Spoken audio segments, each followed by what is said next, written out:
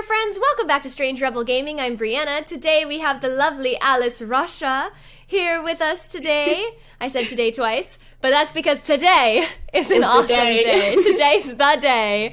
We're going to be talking about a YouTuber Q&A. This is just a short little look, a little glimpse, a little taste, just the tiniest little bit, a little morsel of the actual video, because we're going to have a discussion today, a long discussion. The entire video in its entirety is posted on Patreon, so if you want to check that out, please consider becoming a patron of mine. It is the absolute core of the community, and it makes us be able to do what we do, and so we definitely wanted to answer some behind-the-scenes questions, and we would love for you to hang out with us and become part of the Patreon community. I call it the Strange Rebel Patronage Committee because it's very, I'm gonna get badges for you guys. It's very fancy.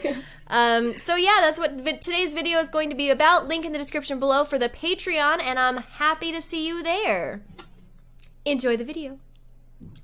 What inspired you to start YouTube? Username 112236B and Kiro both asked, what made you decide to become a YouTuber / why did you start YouTube? Let's start with there. Alyce? Okay. Why did you start YouTube? Boredom. I was in my first year of university. That's so funny because one person asked, why did you start YouTube? Were you just bored? And I was like, who would just start YouTube because they're bored? And then here you are saying you were bored. Well, obviously, I'd wanted to start for a few years. I had so much time on my hands. So... As what? A university student studying? Yeah, it was first year. Biochemistry. Studying biochemistry. That's how smart she is. She studies biochem and she's bored because it's so easy for her. I met Greg at a mutual friend's party, and he is the creator of The Real Rejects, which is a big reaction channel on YouTube. He had like 400,000 subscribers at the time. He was like, I hadn't seen him in like 10 years. And I was like, hey, Greg, what are you up to? And he's like, oh, you know, I'm doing the YouTube thing and like I'm making a living off of it. You should try it. And I was like, me. what would I do on YouTube? You know, I don't know. And he's like, well, what do you like? And I'm like, well, you know, acting. And he's like, well, what do you like besides that? And I'm like, well, I don't know. Like, I don't have fun. Like, what do I do for fun? I don't know. Yeah. But I had just recently started playing the first Mass Effect game. And I was like, okay, maybe... is this a thing? So I did a little research and I talked to my brother because my brother wanted to do Twitch streaming, and it just sort of like all of those things fell into place at once. The whole idea of like, you need to be on top of your social media numbers as an actress, and then the Princess Rap Battle thing, and then my brother had just mentioned he wanted to start streaming, and then I met Greg at that time, and it was just like it all kind of like perfect stormed. Meant to be. It felt like it, yeah. Michael asks, was it difficult to earn views when you first started? And if so, what did you do to raise your views? You can start this one.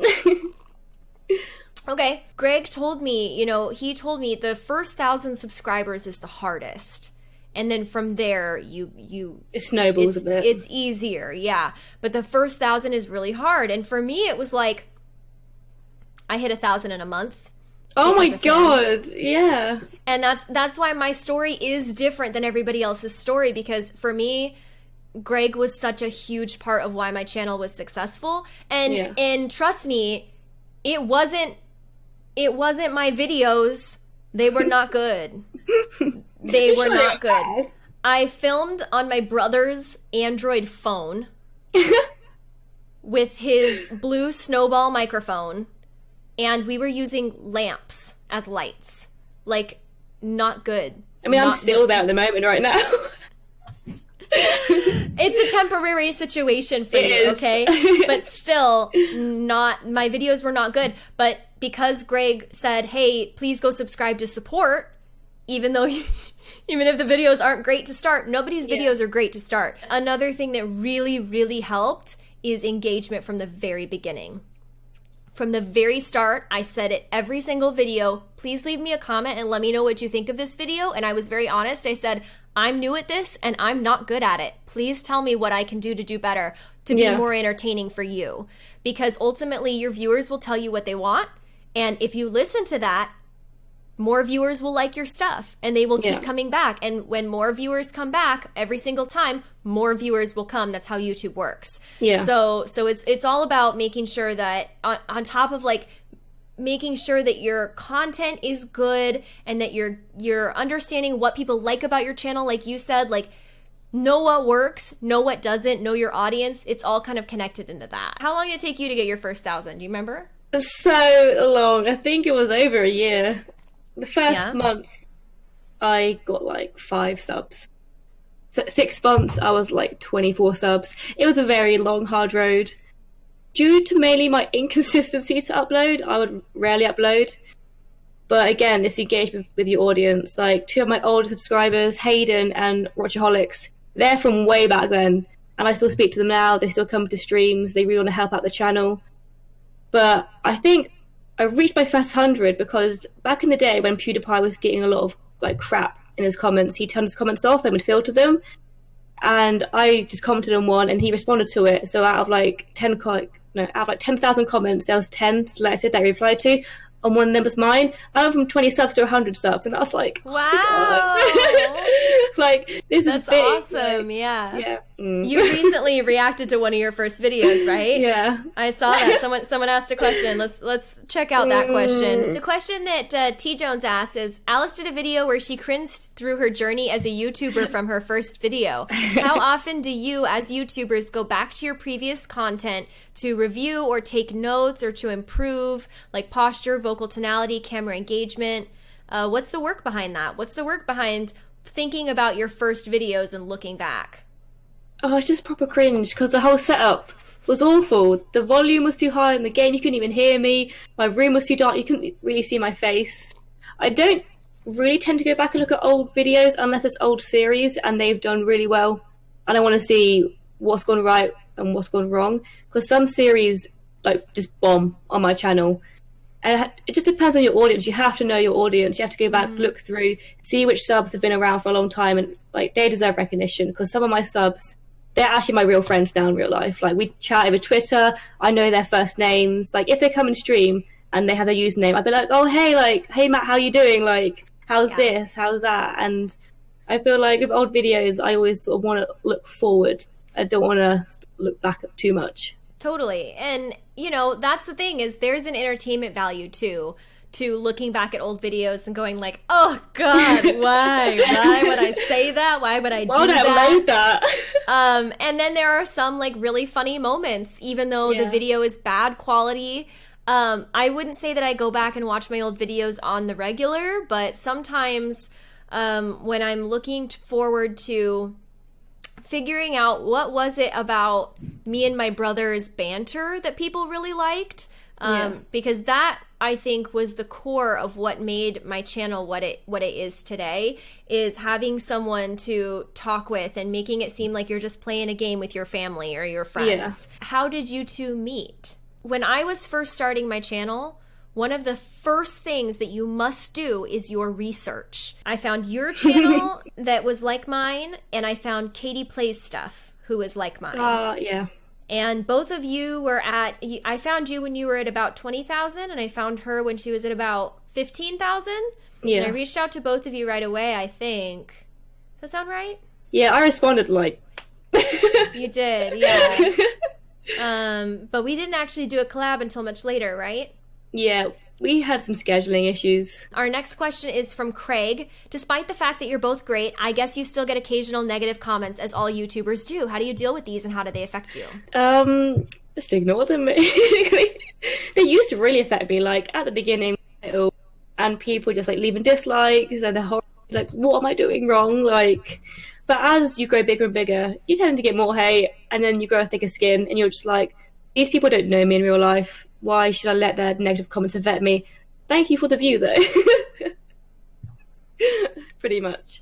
Yeah, I have always had a thick skin because I'm an actress, and I have been since I was 7, which means that putting myself out there and being vulnerable with my art and my personality has always gotten some negativity. Yeah. Always. And no, even if it's just, you know, people who supposedly love you, like family members, you know, you say, oh yeah, I really want to be an actress, and they're like, Are you sure? That's a pretty tough industry. I don't know if you have what it takes. And you're like, thanks, Mom. I'm 7, like, come on, right? So, so I've always had a really thick skin, and people who tell me I can't do something, I have always taken that as a challenge. It's all about reading comments, staying engaged with your audience, and balancing and having a thick skin enough to know when a comment is valuable and you should be paying attention, and when a comment is not valuable. Yeah. And one thing that comes from engaging every single time is I had this one person who commented on almost every single one of my videos something positive and nice and sweet. Aww. And the next video he commented on was he made this super troll comment about how I'm just a stupid girl, blah, blah, blah, blah, blah, on and on and on and on. And I was like, whoa, this is way out of character. So I responded to him and I was like, buddy, are you having a bad day? Because most of your comments are really sweet and really nice. And he actually responded, yeah, I was having a bad day, and I'm sorry, I didn't mean to take it out on you. Yeah. Because some people do that, though. A lot of people will take their bad day out on you, and you're just there like, you know what, you can, but...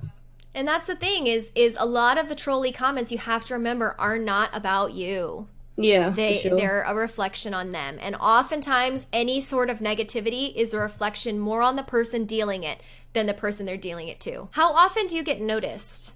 And how does it make you feel when you do get noticed? I don't get noticed. At EGX, happened a few times. Yeah. Like, because obviously gaming. Yeah, talk about that. Well, one of them was actually my friend now, Georgia. She's created a YouTube channel and she always comes to me for advice. She was like, oh, I'm at EGX, can you come see me? So I went and spoke to her for like 20 minutes. We just sat there having a nice chat. It was really nice just to be able to see a subscriber face to face. Yeah. And I think someone tweeted me, I was in Westfield Shopping Centre. They were like, were you just in Westfield? And I was like, yeah, why don't you come say hi? I was by myself drinking a smoothie. Like, you could have come say hi. I wasn't dating at all. And they're like, oh, crap, like, I should have come said hi. And it's like, I only have around 42k. The fact that someone is in a random place at the same time as me and, like, knows who I am, it's like, mind-blowing. Totally is. Didn't you have an incident in Bath and Body Works, was it? Everybody that's approached me has just been like, hi, I watch your videos, and I'm like, thank you. Thank you so much. That means so much to me to hear. So, like, if you ever see me out and about, like, please do come up to me. Yeah. But the one thing I tweeted about was, you never get approached when you're, like, ready and you're, like, pretty. Like, I go out in public pretty all the time, but, like, it's always when I have no makeup on, when my hair is up in a bun because, you know, it's greasy, whatever. Like, it's always when you're looking disgusting and feeling disgusting that someone's like, I watch your videos. And I'm like, thanks. Look at my greasy hair. Don't look at me. Seshomaro and Paula Wells are asking about demonetization and adpocalypse, and if we could talk a little bit about how much we've been affected and what we can do about it. You can start this one off. Okay. Fuck it all. Yes. Good talk. It was a great talk. Wow, we've been talking. We should do a part 2 or something. There's more. There's always more to talk about. Oh my gosh, it's nuts. We haven't even done the top games of 2017. We planned 2 collaboration videos today, and we've spent an hour and 42 minutes on just one of them, and that doesn't even count the 15 minutes or more that we spent on setup. So that was 45 minutes. That was 45 minutes. Please go check out Alyce's channel if you haven't already, and I know most of you have, but please go give her some love. Please go like her videos, give her your watch time, give her your subscribe button, because honestly, what does it cost you? Nothing. It's free. Of course, please do consider joining her Patreon as well. She is... Alyce, you're amazing. She's great, you guys, and you gotta support the people who are doing the good in the world, right? So I support Alyce. I hope you'll do the same. Alyce, I should be your patron. I should be yours as well. Maybe I'll sign up for your Patreon. I'll be a patron. So maybe I'll be the role model, and I'll ask you guys to follow by my example and become a patron of. You know what? I'm doing it. I'm going to become your patron today. All right, guys. I'll become yours as well, and it would make no sense because we're basically getting no money from it. You know what? That's not the point. It's all about support, okay? It is, yes. It's all about support. It's all about visible support, because I visibly and loudly support you, and I want everybody to know how awesome you are forevermore. We endorse each other, though. Also, please become largely successful and carry me through the hard times. Me. You have to carry me. No, please do all the hard work and then carry me. I don't want to do any of it. I'm kidding, of course. Sort of. Okay, that's all, guys. I'm going to stop talking, but thank you, and I love you guys so much. Bye! Bye!